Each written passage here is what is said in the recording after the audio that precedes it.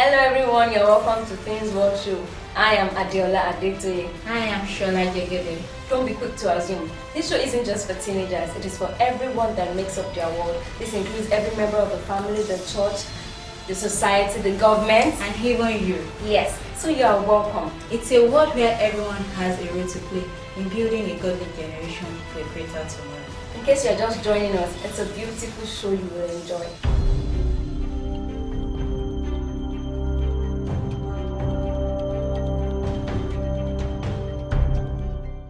Today, we are having an awesome guest in our midst. So we'll not be watching our short drama now, but we'll be there later. So, we have in our midst our father, our friend, our teacher, is a lover of youth and teenagers, and very, very pleasant. Yes, welcome with us, or are we introducing to you our guest, Pastor Okweruland. Welcome, sir. You're welcome, sir. Good day. It's nice being on your show. Yes, you're welcome, sir. Thank you. Yes, sir. So, I'm sure we're ready now, so we can go ahead to watch our drama clip. Are you ready? Are you ready, sir? Thanks. Okay, sir.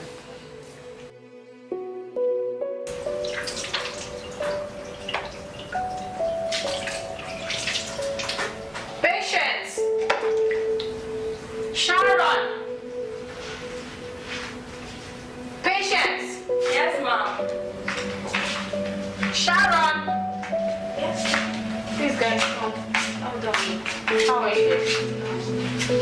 Okay, I want to quickly go to the market. As you guys know, we don't really have anything in the house anymore. So please, I want you to manage what I'm going to give to you. And I want to give you this egg. So when you are ready to break your fast, you can just manage this egg. Yes, you can fry it, you can boil it, whatever you want to do with it, just feel free. Because I hope you guys understand what I'm trying to say. Okay, so this is for you, and this is for you. So please guys, you know you are not ready to break your fast, so keep it. Okay, you know when egg breaks, it breaks. There's nothing you can do about it. So please be careful. So I will be back later in the evening, and then would prepare something to eat. Alright. Yes. Okay, so I will see you guys when I come back. Thank you. Thank you, Mama. Alright.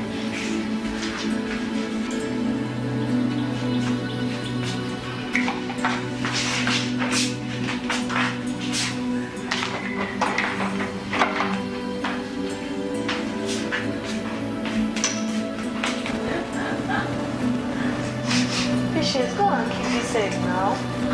Why are you playing with it?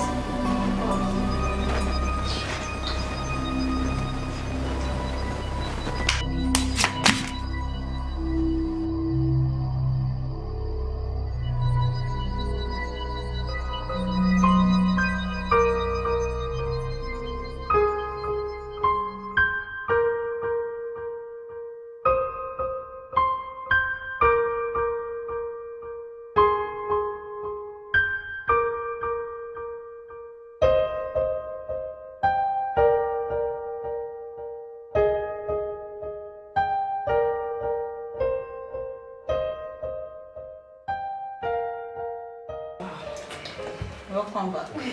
You're welcome, viewers. You're welcome. Shola. And sir, can we say she was, I think I would just say she was just being very playful. Yes, she didn't know how delicate what she was holding. Yes, for her to be playing and joking around with it. And let's go straight to what we'll be discussing today. I know our guest is here and we'll be able to do justice to everything we have to ask him. Yes. Today's topic is what the future holds. Yes, sir. It's popularly said that whatever you do today affects what you do tomorrow. What can you say about it? Well, tomorrow is actually an harvest of what you sow today. Okay. Or should we even say what you sow yesterday? Yes. So you water it today, and then tomorrow you get the harvest. But every single day is another opportunity to sow. As you keep sowing, you get harvest. So if you don't do anything yesterday, don't expect anything tomorrow. So if you have wasted years, you can still do something about the rest by starting to do something now. So what counsel do you have for teenagers? Just like we watched, some of them are very playful and not just playful with things that, you know, they are playful with delicate things about their future. What are the steps they can take so that they don't mar or destroy exactly what they are looking forward to when it has to do with the future? You said playful. I saw beyond being playful. Okay. You say, she was playing to the gallery. You are trying to show that I can do this, trying to get the praise of people watching you. You see, many teenagers run a course, start a course in life because they want the applause of their work. They look at it that the world is applauding this, and they launch into it, whether it's for them or not. So what I saw in her, the reason why she would have been playing with the egg is to show her skills. And mind you, not all skills are meant to build a career on. They're not meant to be a career on skills. They might be useful in some part of your future, but it's not the whole future. So one skill she has seen, I can throw eggs, and she was throwing it. So there are things people can do about their life, and they try to be, they are playing to the gallery, not focusing on what they want to do. So maybe I start from there and say, teenagers should be wary of playing to the gallery. I want approval of my family. I want approval of my friends. I want approval in church. Probably, we were in church last Sunday, and the recent graduated doctor was celebrated with special Thanksgiving. And everybody went to the parents and they were greeting. And I formed an opinion. I told mommy, I want to be a very good doctor.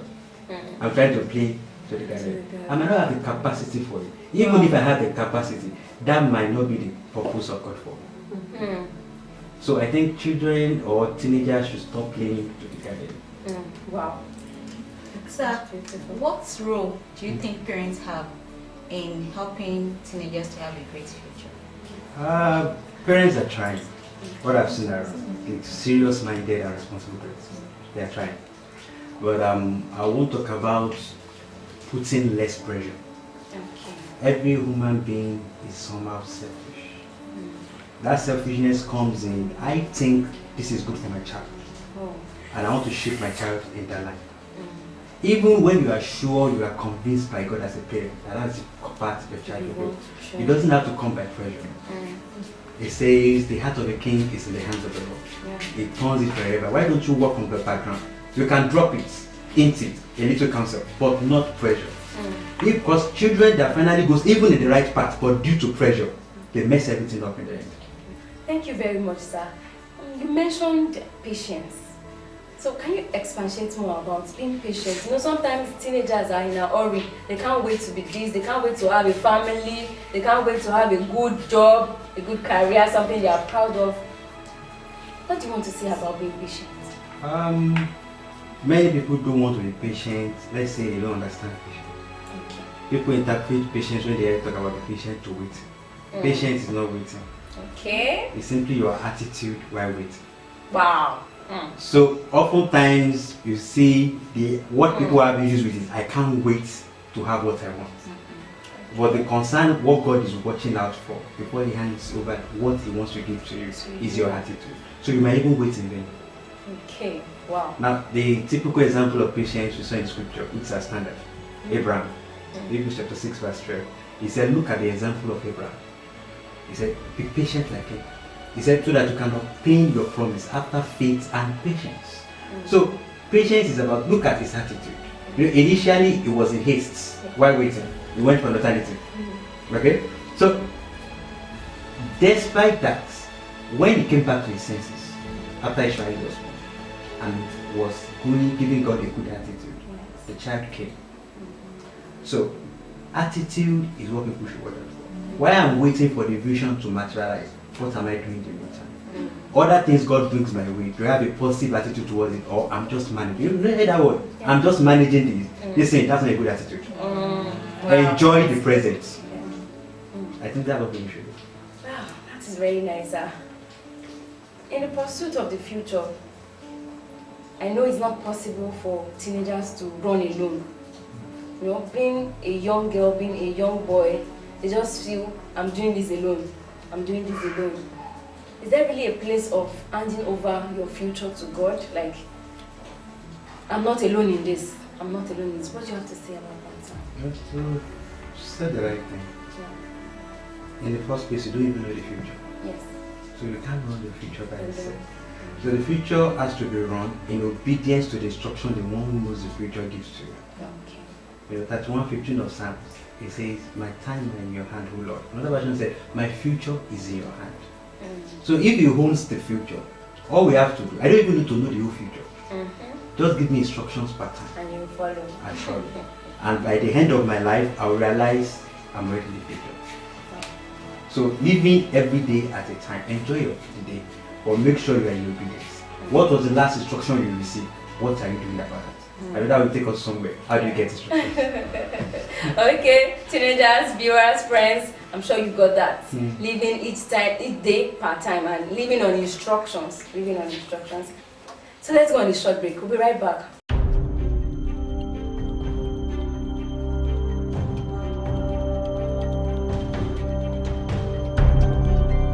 You're welcome back. You're welcome back, sir. Thank you. You spoke about living on instructions. Sir, please explain more. Our teenagers and our viewers would like to hear as well. Okay. I would say, when I was very young, I never thought it's possible as a young person to get instructions from God. Okay. But I realized as time went on that it's possible to hear God speak to you the way you hear your father or mother in the house talk to you. Wow. God is your father. And if indeed you are a proper child, he speaks. So the challenge is you are not here. So in little things, you can get acquainted with how God speaks to you. I won't say it's the same way with everyone, but the summary is stop looking for drama. Be real. Wow. When people want to know how God speaks to them, oftentimes people are looking for drama. Forget the drama. Spectacular things are not necessarily supernatural. Just aim for the supernatural, and it comes in a simple form. You will just sense that there was an instruction or a warning you felt at the time. Check what you did about that warning. Check the outcome. You can now cross-check. But I had a restriction, I had a release. In fact, let's stick on that two words. Restriction and release. If you are a proper child of God, you are not dabbling into sin. Just know there will always be a restriction and a release. So watch the pattern, watch the outcome. By the time you practice that for 5-6 years, wow, you'll be good in hearing God. Wow. But that doesn't mean there will not be a mistake in the future. Okay. But even when you make mistake, because you were sincerely wrong, God will make it up for you. Yeah, I got that. Sincerely wrong. You can be sincerely wrong, but God is there with you. So for teenagers, if you don't know God, if you don't have Christ in your life, you have a decision to make, because you can't run life's race alone. You can't do it alone because you don't even know the next minute, not even the next second. What am I talking about? You don't even know anything, but there is a God that knows the future. Wow. It's been an awesome time with you. I must confess, I've been really blessed. Thank you so much. Thank you so much. Can you say one or two things to our teenagers specifically? If you have any other thing you want to say that we've not asked. Okay, we were talking about future. Yes, sir. Your future is not determined by the common factors people think they're determined by. There was this story in the book of Mark, chapter 6. Jesus went back to Nazareth, where he grew up, and the people were offended. Verse 3 said, they said, is this not the carpenter's son? Some versions just said that it's not the carpenter, the son of Mary, the brother of Joseph, of Joseph, that's Joseph, of James, of Jude, and of Simon. And his sisters live among us. People often think what you study in life will determine what you are going to be. Carpentry did not determine what Jesus became. Number 2, people think your parentage matters. The fact that he was born to Mary, an unknown lady, didn't determine Jesus' future. Wow. Number 3, people think it's about who you know. Yes, relationship is essential, but it's not all about your connection. Who did Jesus know? He knew his brothers, he knew his sisters, nameless people in the society, yet they got there.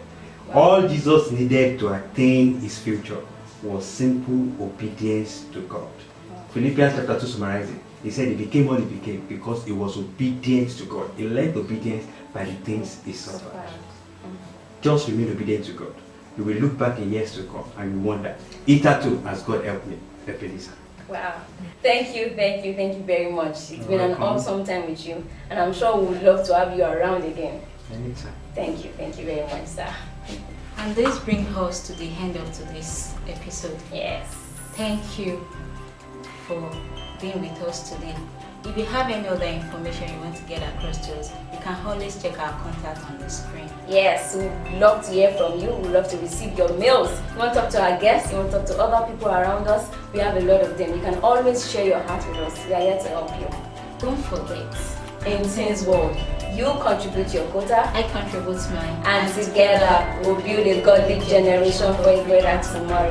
Thank you. See you next episode. Bye.